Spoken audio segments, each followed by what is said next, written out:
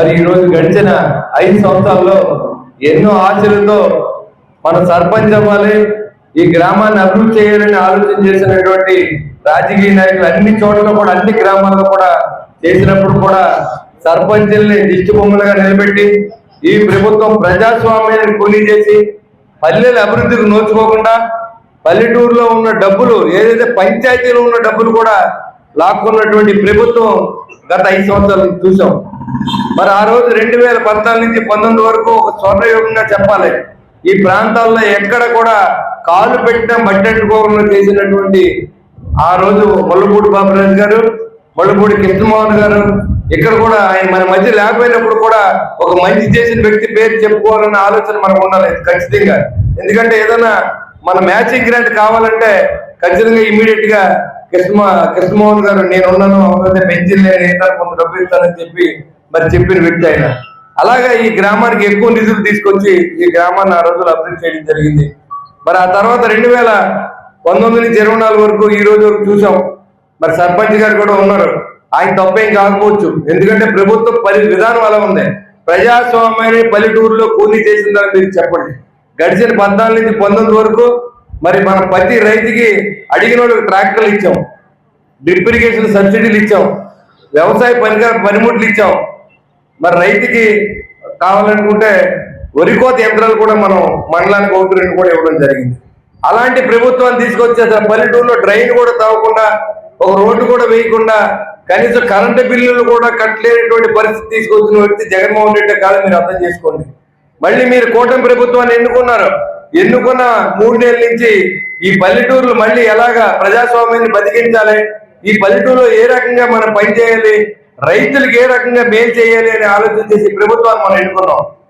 గత ప్రభుత్వంలో ధాన్యం పండిస్తే ఎక్కడ తోలలో తెలీదు, లారీ మనమే పెట్టుకోవాలి. లారీ రైస్ మిల్కి వెళ్ళిన తర్వాత, ఏ నరసాపురం వెళ్ళిన తర్వాత అక్కడ తేమ కండిషన్ ఎక్కువ ఉంది కాబట్టి దింపుకోనంటే వెనక్కి వెళ్తే 25,000 రూపాయలు డబ్బులు పోతాయి కాబట్టి అది మీరే తీసుకోండి బాబా 10,000 అని చెప్పి ఇచ్చినటువంటి ప్రభుత్వాన్ని మనం చూసాం. మరి ఈ రోజు మరి మన ప్రభుత్వం వచ్చిన తర్వాత 1,650 కోట్ల రూపాయలు రైతులు పెండింగ్ ఉంటే ఎప్పుడు వస్తాయో బాబు గవర్నమెంట్ మారిపోయిందని భయపడతా ఉంటే ఇమీడియట్ గా ఫస్ట్ విడతగా 1,650 కోట్లని రిలీజ్ చేసిన సందర్భం మీకు తెలుసు. ఒకసారి చూడాలి. ఇవాళ జగన్మోహన్ రెడ్డి గారు ఆయన వెళ్ళక ముందే ఒక ట్రైనింగ్ ఇచ్చాడు, ఈ రాష్ట్రాన్ని ఏ రకంగా దోపిడీ చేస్తే ఇబ్బంది ఉండదని. మరి దాంట్లో భాగంగా వచ్చిన రోజు నుంచి లెక్కర్లో దోచుకున్నా, మట్టి అమ్ముకుంటే దోచుకున్నారు, ఇసుకలో దోచుకున్నారు, మైనింగ్ లో దోచుకున్నారు, ఎర్రచందనం వదలలేదు, వెంకటేశ్వరం కూడా వదలలేనటువంటి ప్రభుత్వం మనం చూసాం. మరి ఈ రోజు మీ వచ్చిన 3 నెలల్లో మీరు మళ్ళీ రోడ్లెక్కి దెబ్బలాడుతున్నారు. మీకు అది ఎప్పుడో తీసారు ప్రజలు.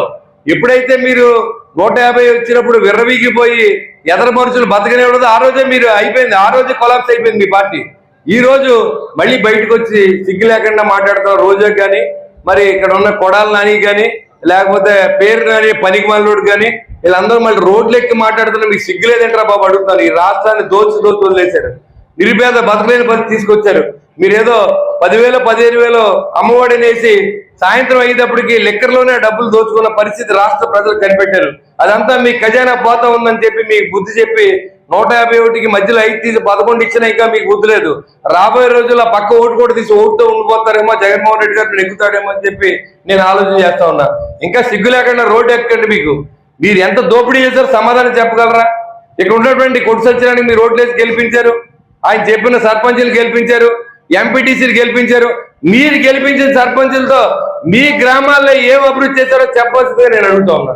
మన సిగ్గు లేకుండా ఒక స్టేట్మెంట్ ఇచ్చాడు, 1100 కోట్లు నేను 5,000 కోట్లు శాంక్షన్ చేస్తాను. ఇప్పుడు నేను చేసింది లెక్క, అది డబ్బు ఉందా లేదా? ఏ కాంట్రాక్టర్ మీరు చెప్తే పారిపోతున్నారు.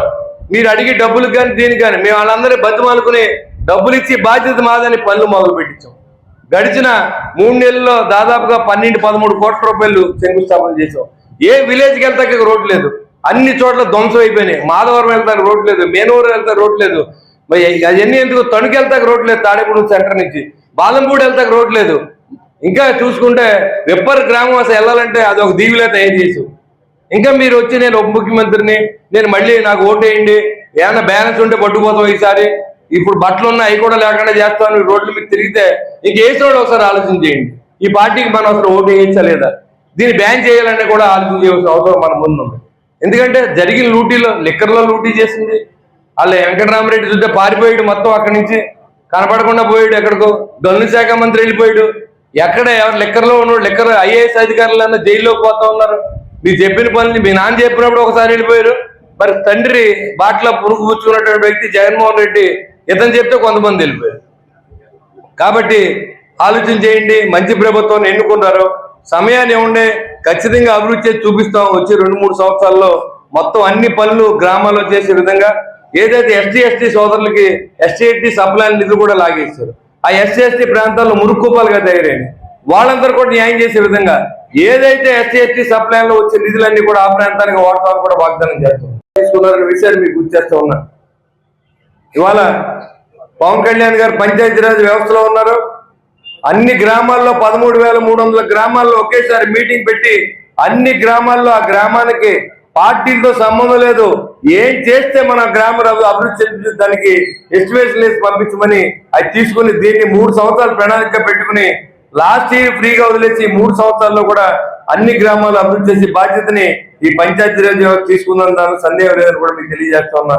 మీరు దాంట్లోనే ఇక్కడ ఈ గ్రామం ఊళ్ళో చాలా రోడ్లు కృష్ణమోహన్ గారు ఉండగా వేశారు, మరి వెంకటరావు ఉండగా ఆయన చేసే అవకాశం అప్పుడున్న ప్రభుత్వం ఇవ్వకపోవచ్చు.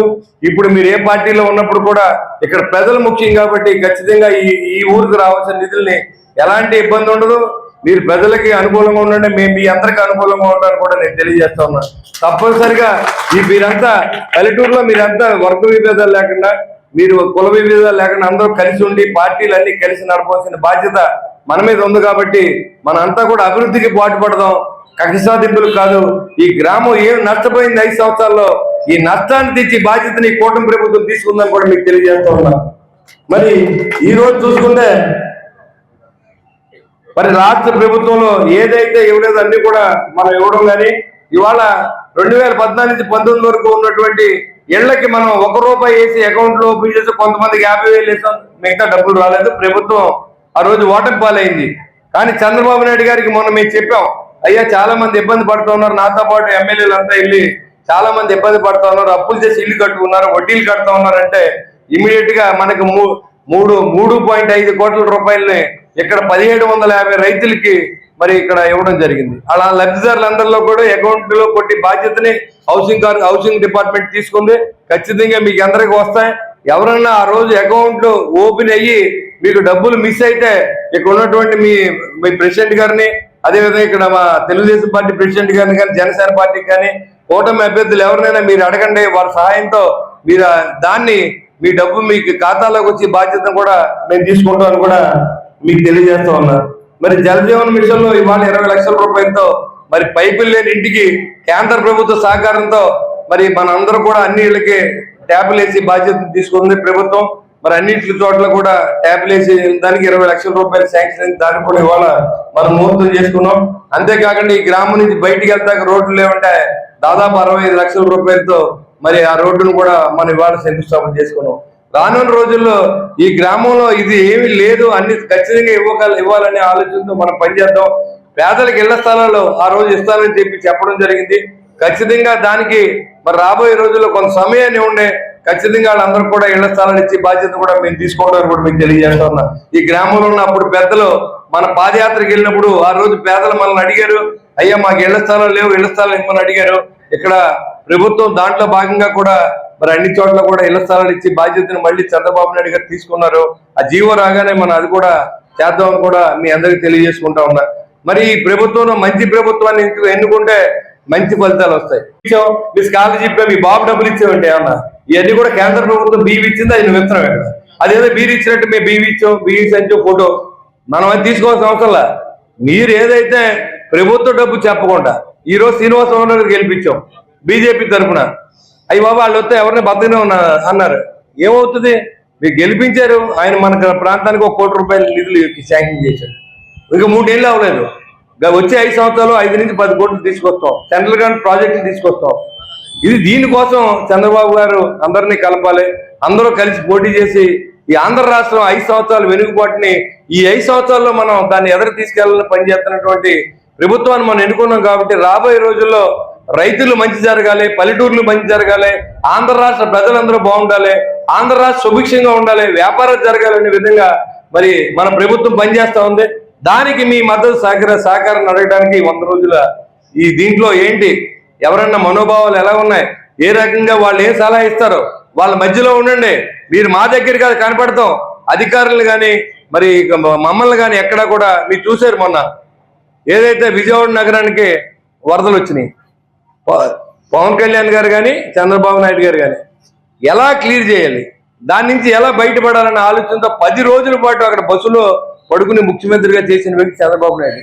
ఇవాళ కింద వరదలు వస్తే పైన హెలికాప్టర్లో చూసి చేతులు పేలిపోయిన జగన్మోహన్ రెడ్డిని కూడా మీరు చూశారు. కింద ట్రైన్ యాక్సిడెంట్ అయితే పైన వెళ్తాడు, కిందేమో ఏదైనా మీటింగ్కి వెళ్ళాలంటే చుట్టూ పరదాలు కట్టాలి, చెట్లు కొట్టేయాలి. పచ్చగా ఉంటే అతనికి ఇష్టం ఉండదు, ఎండిపోయి బీడ్లే కనపడి రాయలసీమ లాగా. అలాంటి వ్యక్తిని ఎన్నుకుని ఇప్పుడు దాకా అనుభవించాం. ఇది మంచి ప్రభుత్వాన్ని ఎన్నుకున్నాం. మీ సహాయకారులు కూడా అడుగుతున్నాం. ఈ గ్రామంలో ఏదైనా పొరపాట్లు ఉంటే మాకు తెలియజేయండి, ఖచ్చితంగా దాన్ని తీర్చి దిశగా మనం పనిచేద్దాం. అందరి సహకారాన్ని అర్థిస్తా ఉన్నాం. ఈ ప్రభుత్వాన్ని మీరు నమ్మండి, నిలబెట్టండి. ఖచ్చితంగా రాబోయే 5 సంవత్సరాలు కూడా మళ్ళీ చంద్రబాబు గారిని ఎన్నుకోండి, ఖచ్చితంగా మంచి జరుగుతుంది. పోయిన 5 సంవత్సరాలు కనీసం 15 సంవత్సరాలు అయితే కానీ రాష్ట్రం మళ్ళీ పునర్నిర్మాణం అవుతుందని కూడా తెలియజేస్తూ ఉన్నారు. పోలవరం ప్రాజెక్ట్ లేదు, అమరావతి నగరం లేదు, విశాఖ కొన్నది అమ్మేశారు. ఇవన్నీ ఏంట్రా బాబు అంటే ఎందుకు అమ్మేస్తానంటే అసలు వాల్యూ పెరిగిపోయి అమ్మేసుకుంటాం, ఆ డబ్బులు మీ జేబులోకి వేసుకుంటాం, మీ చుట్టాలకి బంధువులకు రాసుకుంటాం, కులతత్వాన్ని రెచ్చగొట్టడం. ఇది అలవాటైన ప్రభుత్వాన్ని మనం సాగినప్పుడందుకు రాబోయే రోజుల్లో చంద్రబాబు నాయుడు గారికి మీ మద్దతుని, మీ ఆశీస్సులు ఇవ్వాల్సిందిగా, అదేవిధంగా పవన్ కళ్యాణ్ గారు రాబోయే 5 సంవత్సరాలు కూడా ఈ పల్లెటూర్లన్నీ పునర్జీవం, మళ్ళీ ఏదైతే మీరు ప్రజాస్వామ్యాన్ని కూని చేశారో దాని పునర్జీవం తీసుకొచ్చే దిశగా ఆయన కూడా పనిచేస్తూ ఉన్నాడు. మీ అందరి ఆశీస్సుల్ని ప్రభుత్వానికి ఇచ్చి రాబోయే 5 సంవత్సరాల్లో అభివృద్ధికి మీరు కూడా దోహదపడవలసిందిగా, మీరు కూడా పాత్రదారులు అవ్వాల్సిందని కోరుకుంటూ ఈ అవకాశం ఇచ్చిన రామగుండం ప్రజలకి మరి కూటమి సభ్యులకి పెద్ద